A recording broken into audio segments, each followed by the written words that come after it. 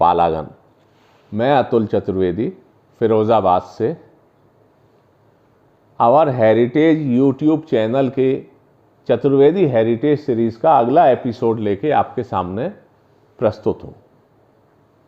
पिछले एपिसोड्स में हम लोग चर्चा कर चुके हैं चतुर्वेदी, माथुर चतुर्वेदी ब्राह्मण समुदाय के गोत्रों की भी चर्चा की है हमने। माथुर चतुर्वेदी ब्राह्मण समुदाय के ब्रह्म क्षत्रिय का रोल निभाने की भी चर्चा की है हमने। माथुर चतुर्वेदी समुदाय धीमे धीमे भदावर क्षेत्र में और देश के अन्य क्षेत्रों में भी जाने लगे। प्राचीन काल, प्रागैतिहासिक तो नहीं कहूँगा, लेकिन पौराणिक काल, इन सब की चर्चा करते हुए मध्यकाल और आधुनिक काल की भी हम चर्चा करते रहे।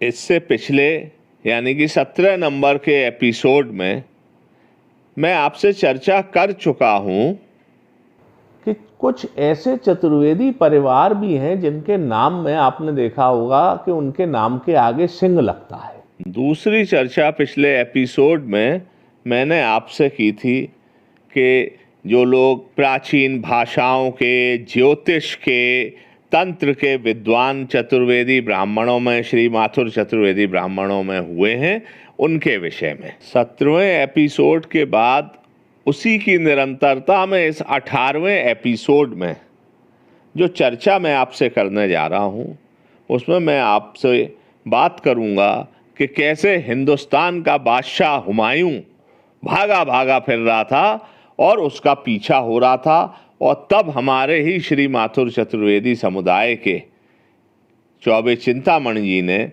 उसको शरण दी।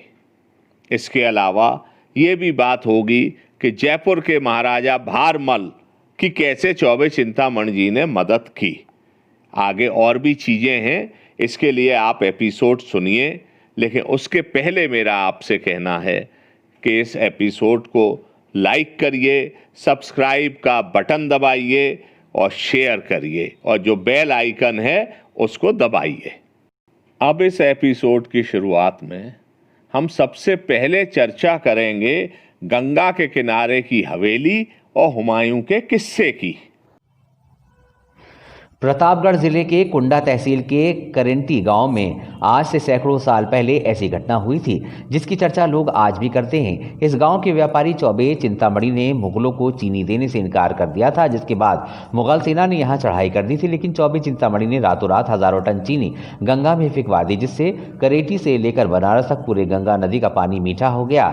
जब मुगल अपनी सेना के साथ चौबे चिंतामणि की हवेली पर पहुंचे तो चीनी का एक भी टुकड़ा नहीं मिला। लेकिन जब मुगल सैनिकों ने प्यास बुझाने के लिए गंगा का पानी पिया तो पूरा माजरा समझते देर न लगी।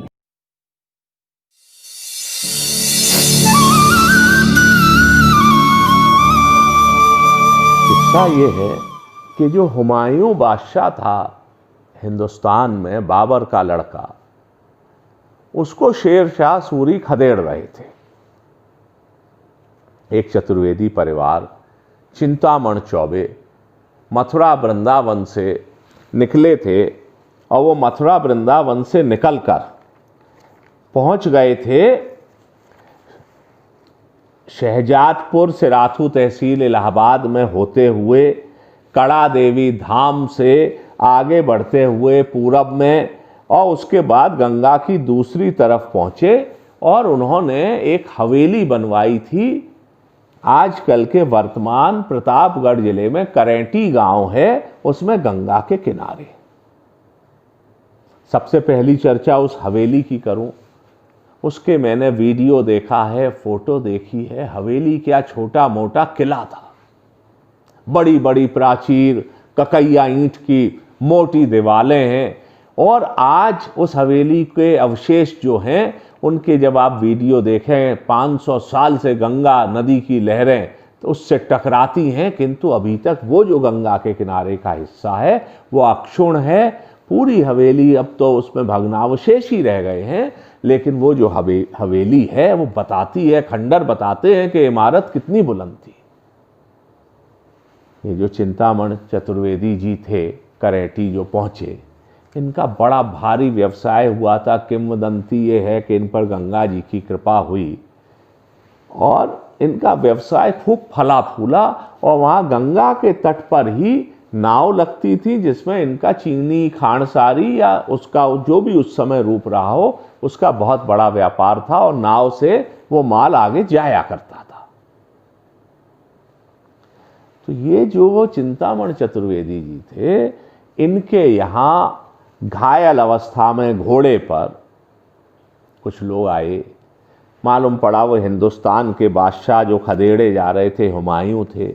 इन्होंने प्रश्रय दिया उनको, और उनको प्रश्रय देने के बाद उनकी सेवा शुश्रूषा की, वो ठीक हो गए। तो उन्होंने, हुमायूं ने इनको 125 बीघे का पट्टा कर दिया, जागीर दे दी उसको, जिस रूप में आप कहें वो किया। चिंतामण चतुर्वेदी जी संपन्न व्यक्ति थे।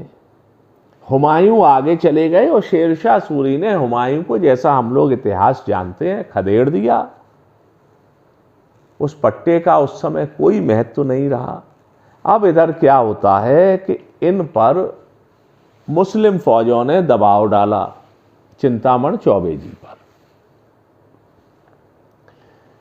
जो भी कुछ कारण था, इन्होंने, वो शेरशाह सूरी की फौज थी, कुछ लोगों का कहना है, कुछ किस्सा ये बताते हैं कि वो मुस्लिम किसी और शासक की फौज थी। बहरहाल इनसे मांगी गई चीनी, इन्होंने चीनी उनको देने के बजाय नदी में बहाना बेहतर समझा।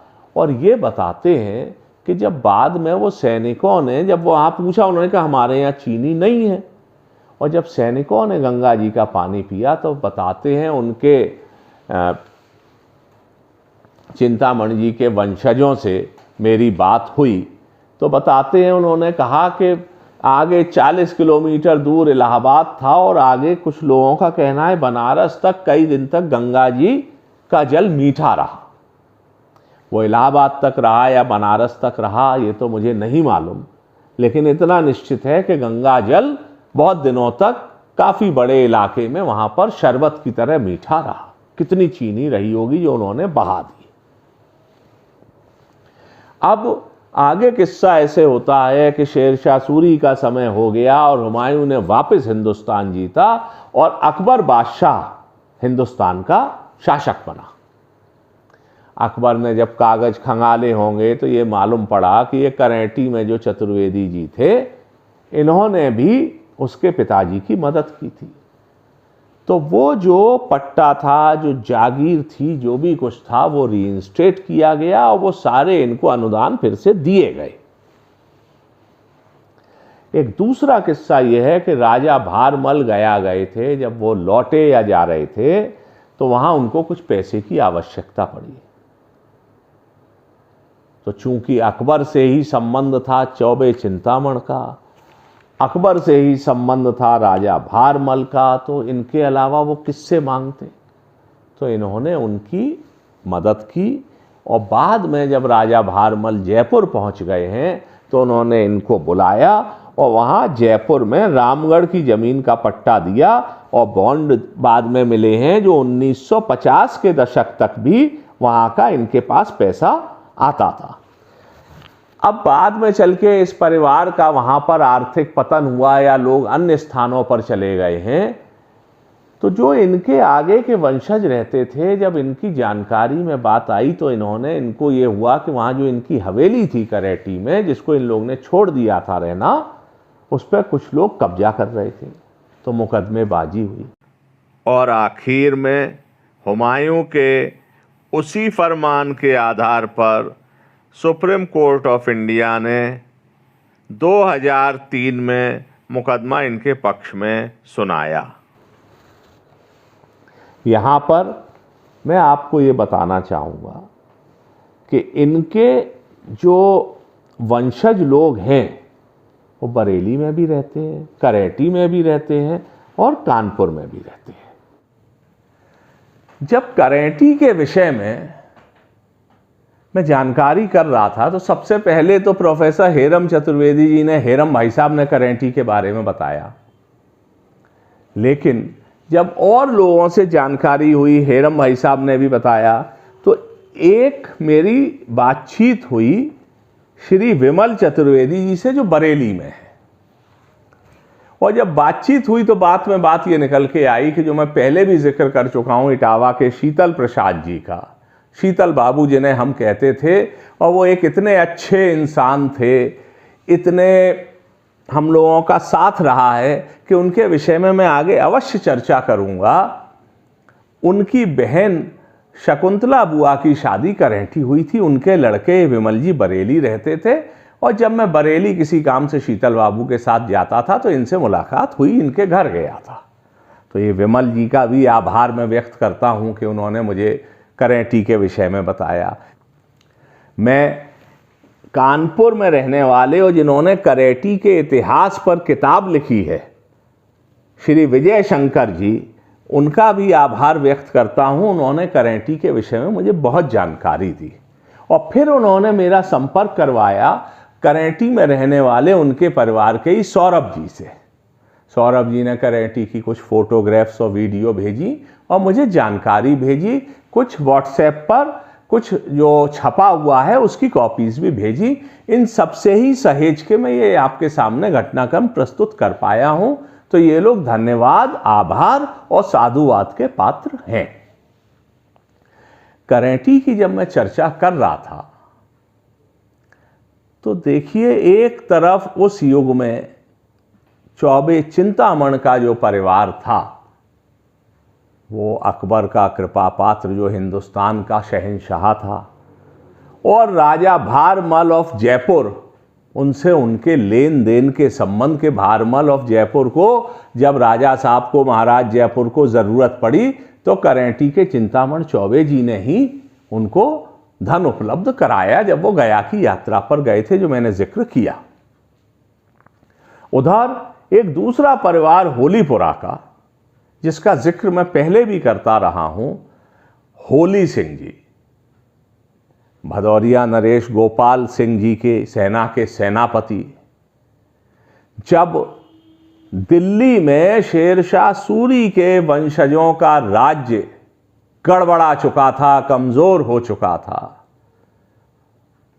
तो ये गोपाल सिंह भदौरिया के सेनापति होली सिंह जी ने दिल्ली पर हमला किया और दिल्ली की विजय के बाद लौटते में उस विजय की याद में मथुरा में होली द्वार बनवाया, जिसके नाम कई बदल गए हैं। आज उसे कुछ लोग तिलक द्वार के नाम से भी जानते हैं, किंतु माथुर चतुर्वेदी लोग जानते हैं कि ये होली द्वार है और ये होली सिंह जी द्वारा दिल्ली विजय की याद में बनवाया गया था। बाद में उन्होंने होलीपुरा गांव भी बसाया। ये जो होली सिंह जी थे, इनके नवासे लड़की के पुत्र सतानंद जी को इन्होंने गोद लिया और उनकी शादी तय हुई उनकी ही बराबर की हैसियत के चौबे चिंतामणि जी करेंठी वालों की लड़की से। ये शादी हुई। इस शादी में उस जमाने में जिक्र है कि करेंठी वाले लोगों ने 2 लाख रुपए उसमें खर्च किए, इन लोगों को दिए थे। 2 लाख रुपए 16वीं शताब्दी या 17वीं शताब्दी की शुरुआत प्रोफेसर हेरम चतुर्वेदी ने इस शादी का समय सन 1610 माना है। तो आप समझिए कि उस समय में इस 2 लाख रुपए की क्या कीमत रही होगी, कितने बड़े लोग रहे होंगे। आगे का एक प्रसंग और है। ये जो सतानंद जी जिनकी शादी करेंठी हुई थी, इनके ज्येष्ठ पुत्र पृथ्वी सिंह जी थे और पृथ्वी सिंह जी के जो पुत्र थे वो हरप्रसाद जी थे। इन हरप्रसाद जी को सतानंद जी के तीसरे पुत्र हिम्मत सिंह जी ने गोद लिया था। ये जो हरप्रसाद जी हैं, इनका होलीपुरा के सती प्रकरण से संबंध है। हरप्रसाद जी का विवाह करौली रियासत के निकट भरतपुर के कामा गांव में हुआ था, ऐसा प्रोफेसर हेरम चतुर्वेदी जी ने अपने लेख में बताया है। हरप्रसाद जी की आकस्मिक मृत्यु हुई और उनकी जो पत्नी थी उन्होंने सहमरण किया, यानी कि वो सती हुई। हेरम चतुर्वेदी जी ने इस घटना का काल 1699 से 1701 के मध्य का रखा है। ये जो होलीपुरा का सती प्रकरण है, जो लोग चतुर्वेदी समाज के इतिहास से, चतुर्वेदी समाज के विरासत से, होलीपुरा के विरासत से संबंधित हैं, वो लोग जानते हैं कि ये जो सती प्रकरण है ये क्या था और इसका कितनी श्रद्धा से, कितने आदर से, कितने सम्मान से उन सती माता के लोग अभी भी पूजा और सम्मान करते हैं। ये जो करेटी की हवेली है, हवेली क्या कहें, किला है जिसका मैं जिक्र कर रहा हूं, तो वहां मुझे सौरभ जी ने बताया कि वहां अभी भी एक मंदिर है, कुआं बना है, 1832 का बना हुआ देवी का मंदिर है, जिसमें शहजादपुर के जगमोहन दास जी का नाम लिखा हुआ है। करेटी की ये जो हवेली है, इसका जो वीडियो है जो मैंने प्रस्तुत किया है वो आपने देखा होगा तो महसूस हुआ होगा। हाँ, उस जमाने में भी श्री माथुर चतुर्वेदी ब्राह्मण समुदाय के लोग जिस इलाके में जा रहे थे वहां पर अपना ऐसा एक सम्मान प्राप्त कर रहे थे और इस हिसाब से प्रगति कर रहे थे, इस हिसाब से वैभवशाली थे कि आज भी हम लोग उन चीजों को याद करके गर्व कर सकते हैं। करेटी से ही संबंधित एक किंवदंती है जो कि कानपुर में रहने वाले श्री विजय शंकर जी चतुर्वेदी जी ने मुझे बताई। उन्होंने ही किताब भी लिखी है करेटी के विषय में, इतिहास के में, और उन्होंने कहा कि भाई साहब है तो ये किंवदंती, लेकिन इसको भी लोगों की जानकारी में आने दीजिए। तो संक्षेप में बात इस तरह से है कि जब चौबे चिंतामणि जी पे गंगा जी की कृपा हुई और खूब धन धान्य से परिपूर्ण हो गए, तो एक ऐसे उनके यहाँ विश्वास या आस्था या मान्यता थी कि झूठ नहीं बोलना है, नहीं तो सब संपत्ति चली जाएगी। जब ये चीनी वाला किस्सा होता है और वो उनका एक गुमाश्ता कह देता है कि हमारे यहाँ तो चीनी है नहीं मुस्लिम सेना से बचने के लिए, और फिर ये चीनी गंगा जी में बहा देते हैं, तो इनको लग गया, रात को कहते हैं इनको सपना आया और जिसमें कहा कि भाई तुम्हारे यहाँ आदमी ने झूठ बोला है और अब संपत्ति यहां नहीं रहेगी। उन्होंने तमाम तरीके के गर्डर्स में, ड्रम्स में और जो भी चीज थी, लोहे के पोले खंभों में हीरे जवाहरात सोना चांदी भर दिया, जड़वा दिए, लेकिन बाद में गंगा जी में बाढ़ आई और वो सब बह गया। इसका एक लॉजिकल बात कंक्लूजन तो ये हो सकता है कि बाढ़ आई और उनकी संपत्ति, ऐसे पहले लोग चोर डाकुओं से छुपाने को बचाते थे, वो संपत्ति सब बह गई। बहरहाल उनको कहते हैं स्वप्न में ये भी कहा गया कि वो संपत्ति बनारस में एक हलवाई के यहाँ जाएगी। तो ये वहां से करेटी से बनारस पहुंचते हैं। बनारस में वहां पर पूछते हैं तो मल्ला लोगों ने कहा कि साहब बाढ़ में लोहे का सामान आया था, हमने फलाने हलवाई को बेच दिया है। उस हलवाई के जाते हैं तो उसने कहा ये पड़ा है, तो ये कहते हैं खोलो, उसमें से सोना चांदी निकलता है। तो हलवाई समझ गया, वो जमाना दूसरा था, कि इन्हीं का है, तो उसने कहा आप चौबे जी महाराज ले जाइए। इन्होंने कहा नहीं भाई अब तो ये तुम्हारा है। फिर भी हलवाई को संतोष नहीं हुआ, तो उसने कुछ बड़े बड़े लड्डू बना के उसमें हीरे जवाहरात अशरफी भर के इन्हीं के, और इनको रास्ते में खाने के नाम पर दे दिए। लौटते में ये इलाहाबाद रुके, वहां खाना खाने बैठे ही थे कि एक बूढ़ा साधु आ गया। उसने इनसे खाना मांगा तो इन्होंने वो लड्डू सारे के सारे उसे दे दिए। उस साधु ने वहां इलाहाबाद में संगम के किनारे कोई हलवाई की दुकान थी, उस पर वो लड्डू दिए। वो उन्हीं हलवाइयों की ब्रांच थी जो बनारस में थे। उसने लड्डू देख के पहचान लिया जो वहां पर मालिक था कि ये तो मेरे पिताजी ने बनारस से भेजे हैं। उसने लड्डू खोला तो उसमें ये जैसे ही अशरफी निकली, वो समझ गया माजरा क्या है। खोजबीन की, ये चौबे चिंतामणि जी को बुलाया। इन्होंने कहा भाई ये मेरे भाग्य में नहीं था, तभी लड्डू में भी आया और चला गया, तो ये मैं नहीं लूंगा। ये जो कानपुर वाले इस करेटी परिवार के विजय शंकर चतुर्वेदी जी हैं, उन्होंने बताया इसलिए, और उन्होंने मुझसे कहा इसलिए मैंने आपसे जिक्र कर दिया। कई बार क्या होता है कि देखिए इतिहास तो प्रमाण मांगता है, लेकिन जो हमारी विरासत है वो प्रमाणों के अलावा बहुत सी किंवदंतियां भी होती हैं। कई बार समय के चक्र के साथ, जैसे करेटी वालों में एक किंवदंती थी कि हुमायूं ने उनको ये जमीन जायदाद के पट्टे दिए थे, जागीर दी थी। वो वर्षों ये बात एक पुश्त दर पुश्त चलती रही और बाद में हुमायूं का फरमान आर्काइव्स में पढ़ा गया, इंडियन आर्काइव्स में, और उससे सुप्रीम कोर्ट का जजमेंट हुआ। कई बार ये कथानक इतिहास में बदल जाते हैं, कई बार ये कथानक कथानक रह जाते हैं, लेकिन सारी चीज़ों को मिला के ये हमारी विरासत बनती है। आज के इस एपिसोड में इन चर्चाओं के अलावा एक बात मैं आपसे और कहना चाहूँगा। वो बात ये है कि देखिए, हम लोग हिंदुस्तान में श्री माथुर चतुर्वेदी ब्राह्मणों का इतिहास और विरासत ढूंढ के, लोगों से संपर्क करके प्रयास कर रहे हैं कि उसे संजोएं, सहेजें और आपके सामने प्रस्तुत करें।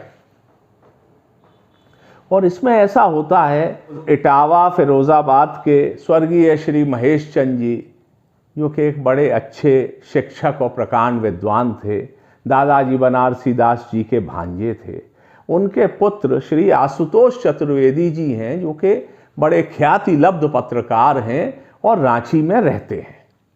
उन्होंने एक दिन मुझे फ़ोन करके बताया, और उनके बताने के बाद महेंद्र जी से मेरी ग्वालियर बात हुई और वो किस्सा आपके सामने मैंने प्रस्तुत किया। मैं आशुतोष जी का भी धन्यवाद देता हूँ, मैं उन सभी लोगों का धन्यवाद देता हूँ जो लोग हम लोगों को जानकारी दे रहे हैं, जिससे उस जानकारी को मैं आपके सामने प्रस्तुत करना चाह रहा हूँ। मैं आप सबका आह्वान करता हूँ कि आप और जानकारी भेजिए, जिससे हम ये प्रस्तुत कर सकें। एक मैं ये कहना चाहता हूँ कि हिंदुस्तान के बाहर, ऑस्ट्रेलिया में, अमेरिका महाद्वीप में, दक्षिण अमेरिका महाद्वीप में, यूरोप के महाद्वीप में, अफ्रीका में, मिडिल ईस्टर्न कंट्रीज़ में, फार ईस्टर्न कंट्रीज़ में, या जहाँ जहाँ चतुर्वेदी लोग हैं, अगर आप लोगों तक मेरा ये वीडियो पहुँचता है तो आप कृपा करके मुझसे संपर्क करिए और वहाँ की जानकारी दीजिए, क्योंकि ये सारी दुनिया के चतुर्वेदी बांधवों के विरासत को सहेज के सबके सामने प्रस्तुत करने का एक मेरा प्रयास है। इसमें आप सहायक बनिए। उसके लिए मैं आपका आभारी रहूँगा, चतुर्वेदी समाज, और बल्कि जो लोग चतुर्वेदी समाज से बाहर के भी हैं। भाई, हमारा इतिहास और विरासत, ये हमारे हिंदुस्तान का इतिहास और विरासत है, ये इस दुनिया का इतिहास और विरासत है, तो ये तो सभी लोगों के लिए है। ऑस्ट्रेलिया से मेरे ताऊ जी के लड़के अभय भाई साहब का फ़ोन आया था। वो बता रहे थे कि वहाँ पर ऑस्ट्रेलिया में भी काफ़ी लोग इस वीडियो को देख रहे हैं। अमेरिका से मेरी बुआ के लड़के जयकांत चतुर्वेदी, उनकी पत्नी डॉली भाभी, मेरी पत्नी की बहन सोनाली जी, और मेरी मौसी के लड़के विनय स्वरूप जी और दीपा भाभी, इन लोगों से भी मेरी बात हुई। तो मुझे बड़ी खुशी हुई ये जान के कि अमेरिका में भी ये वीडियो देखा जा रहा है। मैं ये भी जानकारी चाहता हूँ कि विदेशों में कब से चतुर्वेदी लोग किस देश में पहुँचे, वहाँ से क्या क्या आगे के डेवलपमेंट हैं, ये जानकारी भी मैं आगे के एपिसोड्स में आप लोगों को दूंगा। आज के एपिसोड में बस इतनी ही बातचीत है। अगला जो एपिसोड होगा वो चतुर्वेदी समाज के खिलाड़ियों के ऊपर केंद्रित होगा, और चर्चाओं के अलावा उसमें वो भी चर्चा होगी। ये भी हो सकता है कि उसके एक से अधिक एपिसोड हों। हम लोगों को मालूम पड़ेगा कि चतुर्वेदी लोगों में इंटरनेशनल कई खेलों में भी रिप्रेजेंट किया है। हमारे यहाँ की बालिकाओं ने, चाहे वो स्विमिंग का क्षेत्र हो, चाहे अन्य खेलों का क्षेत्र हो, उसमें बड़ा नाम किया है। हमारे यहाँ की एक बेटी, जब दिल्ली में कॉमनवेल्थ गेम्स हुए तो स्क्वॉश के गेम में उसने भारतीय टीम की तरफ से खेला है। और मैं आपसे जिक्र करूंगा एक लड़की का, जिसको कि हम लोग वंडर गर्ल कह सकते हैं। वो टेनिस खेलने से उसने शुरू किया और एथलेटिक्स में पहुंची और सोने के मेडल लेने का उसका अभ्यास हो गया है। तो वंडर गर्ल की चर्चा होगी, स्क्वॉश वाली बेटी की चर्चा होगी, स्विमिंग में जिसने नाम किया उनकी चर्चा होगी, रोइंग में, हॉकी में, क्रिकेट में ऐसों की भी चर्चा होगी जो कि फिल्म और टेलीविज़न में भी काम कर रहे थे और क्रिकेट में भी उन्होंने नाम किया। ऐसों की भी चर्चा करेंगे जो कि सेंचुरी रनों की तो बहुत लोग बनाते हैं, उन्होंने रेफरी की सेंचुरी बना दी बीसीसीआई के की। अंडर 19 में पहला मैच खेलने ऑस्ट्रेलिया भारत की टीम में गए और विकेट कीपर में सर्वश्रेष्ठ का खिताब लिया। तमाम बातें आपसे करूंगा। आज के एपिसोड के लिए इतना ही।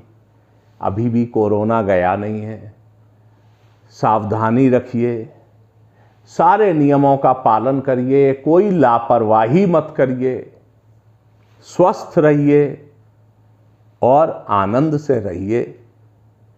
जानकारी भेजिए। एक बात मैं आपसे फिर कहूँगा, वीडियो देखें तो इसे लाइक ज़रूर करें, शेयर करिए, चैनल को सब्सक्राइब करिए। अगले एपिसोड में आपसे फिर मिलेंगे। तब तक के लिए मुझे आज्ञा दीजिए। पालागन।